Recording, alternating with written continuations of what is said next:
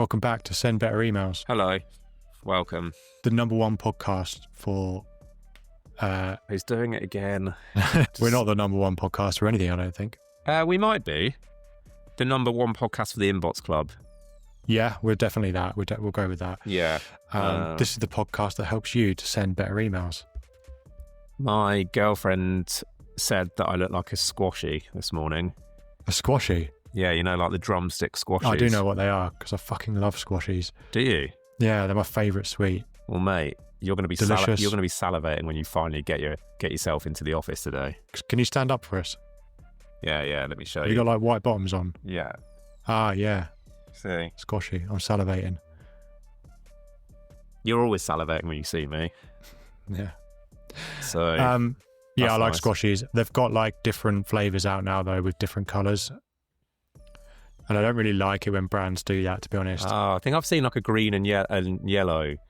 Yeah. Have I seen that? Or am I making that up? I think it's green and pink, maybe. Or Norris. like blue and pink. You'd love the green and yellow, wouldn't you? Because that's Norwich. Yeah. Oh, Norwich. Yeah, I don't like it when brands bring out all these like new wacky flavours. I like the traditional, I like the classics. Yeah. You know, it's like all the different gin flavours, like pink and chocolate orange and all this stuff. Like, yeah. Just serve me gin. Yeah, fair enough. Well, I'm glad that I know that. I'm going to have to get a refund on the Christmas presents I bought you. There's no way you're organised enough to have bought Christmas presents in August. I think I think if you're buying Christmas presents before Black Friday, you're psychotic. I would go as far as to say that is unhealthy behaviour. And that's the demographic we're offending today. Welcome back to Send Better Emails.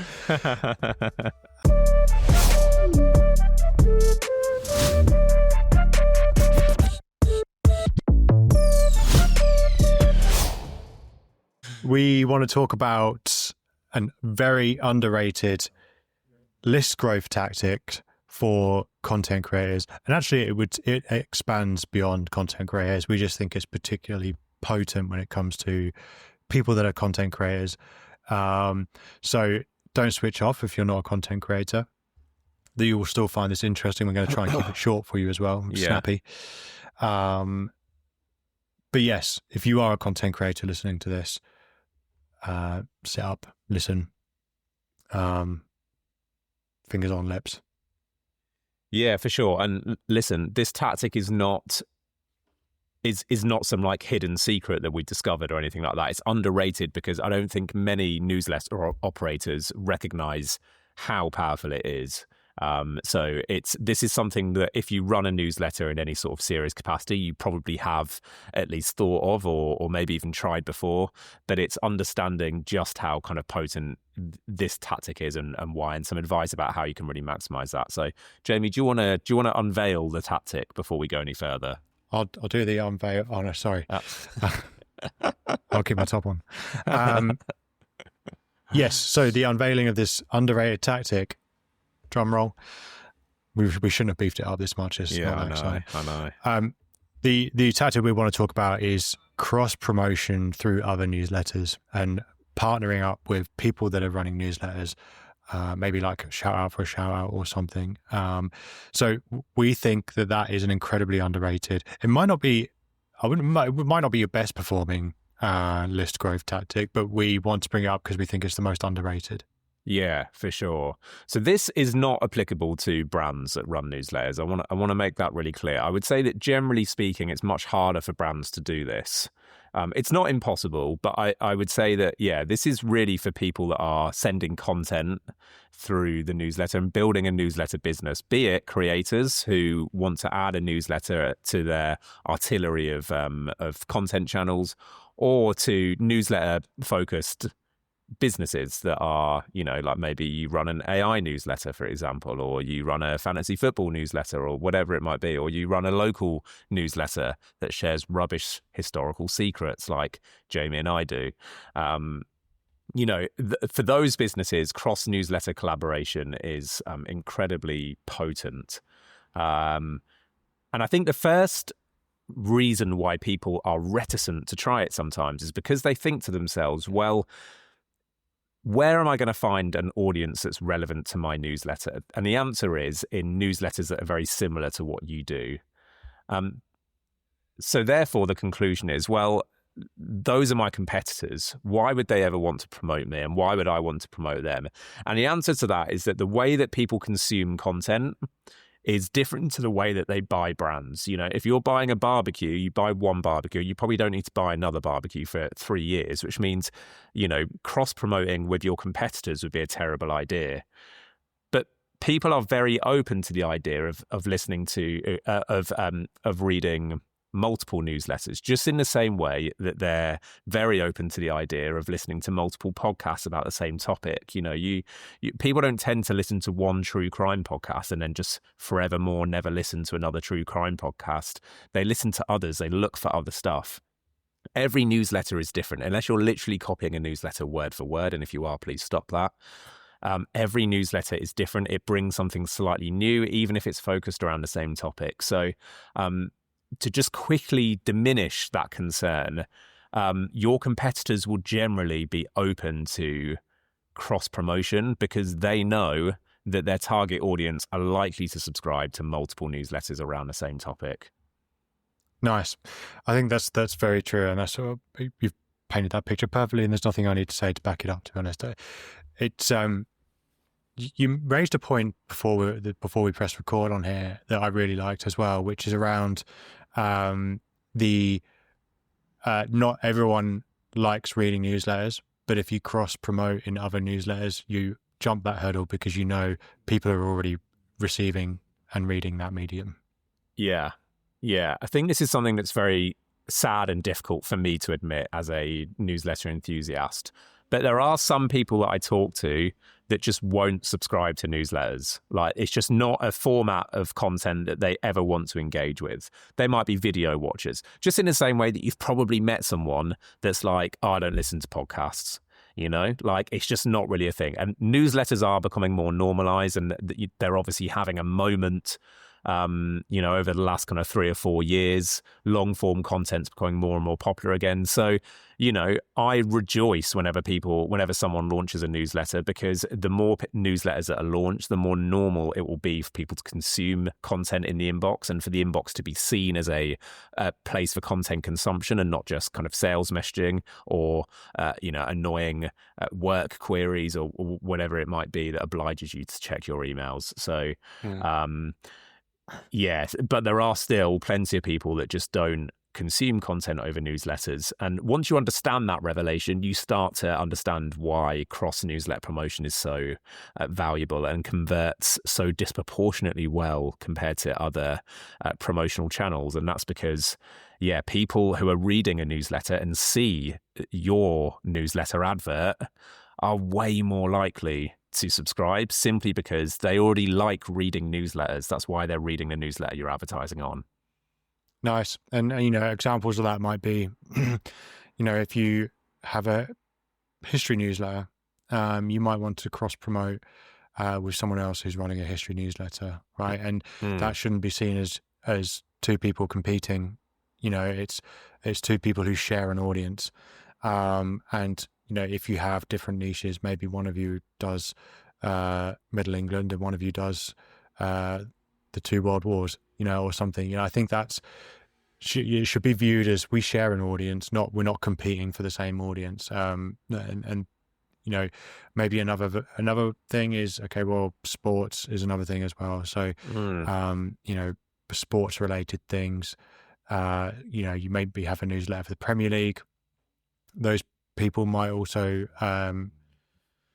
you might then speak to someone who's selling sports memorabilia or merchandise, or, you know, maybe not selling, but talking about that kind of stuff. So there are ways in which we can share audiences and cross promote that doesn't, you know, it's almost, it's an organic way as well. That's what I like about it. You know, when it's an organic way and a really cost-effective way to grab subscribers. Yeah, it is, exactly. And Jamie, you're exactly right there. There will always be overlaps of the Venn diagrams, right? And this is the thing, like, the best thing that could happen to Secret Norwich, let's use Secret Norwich as an example, is now on nearly 7,500 subscribers.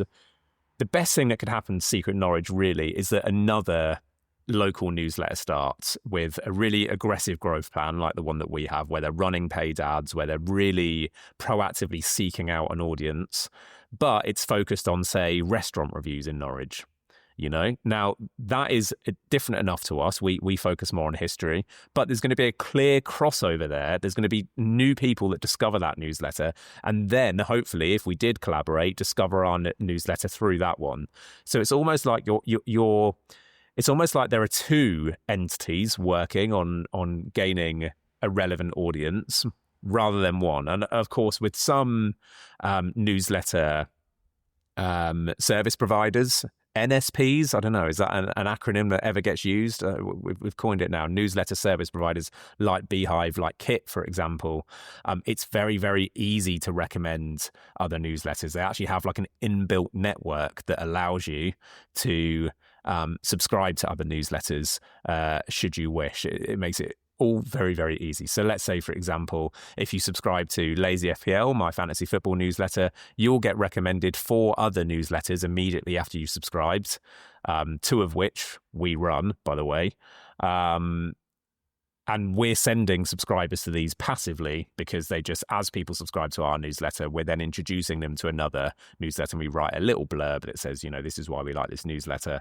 And it's amazing how well they convert. We're probably talking about 15 to 20% of subscribers for Lazy FPL will then go on to subscribe to another newsletter as well. So, that doesn't necessarily sound like a huge amount if you're talking like tens of subscribers. But when you start getting into hundreds and thousands of subscribers, suddenly that 15, 20% is quite a significant boost. So these platforms offer loads of ways to collaborate.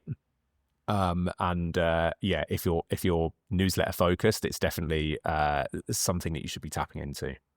Yeah, having the right tech here is super important as well. Like you can do partnerships and referral schemes and whatever it is through any platform. But there are platforms that are built for this stuff.